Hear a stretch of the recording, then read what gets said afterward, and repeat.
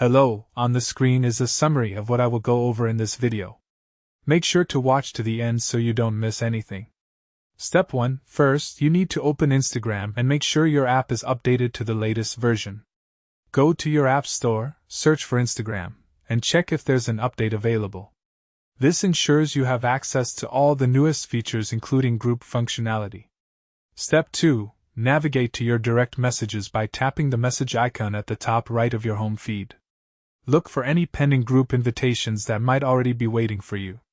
You can also see existing groups you're already part of here. Step 3. To find new groups to join, tap the Create icon or look for the Group Search feature within Messages. You can search by group name or browse popular groups in your interests.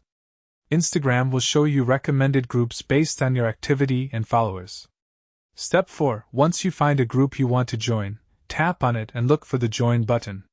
Some groups are public and let you join instantly, while others require approval from the group admin. Read the group description to understand what it's about before requesting to join. Step 5. After joining, introduce yourself in the group chat and follow the group rules. Engage respectfully with other members, participate in discussions, and connect with people who share your interests. Remember to mute notifications if the group is very active so it doesn't overwhelm your phone.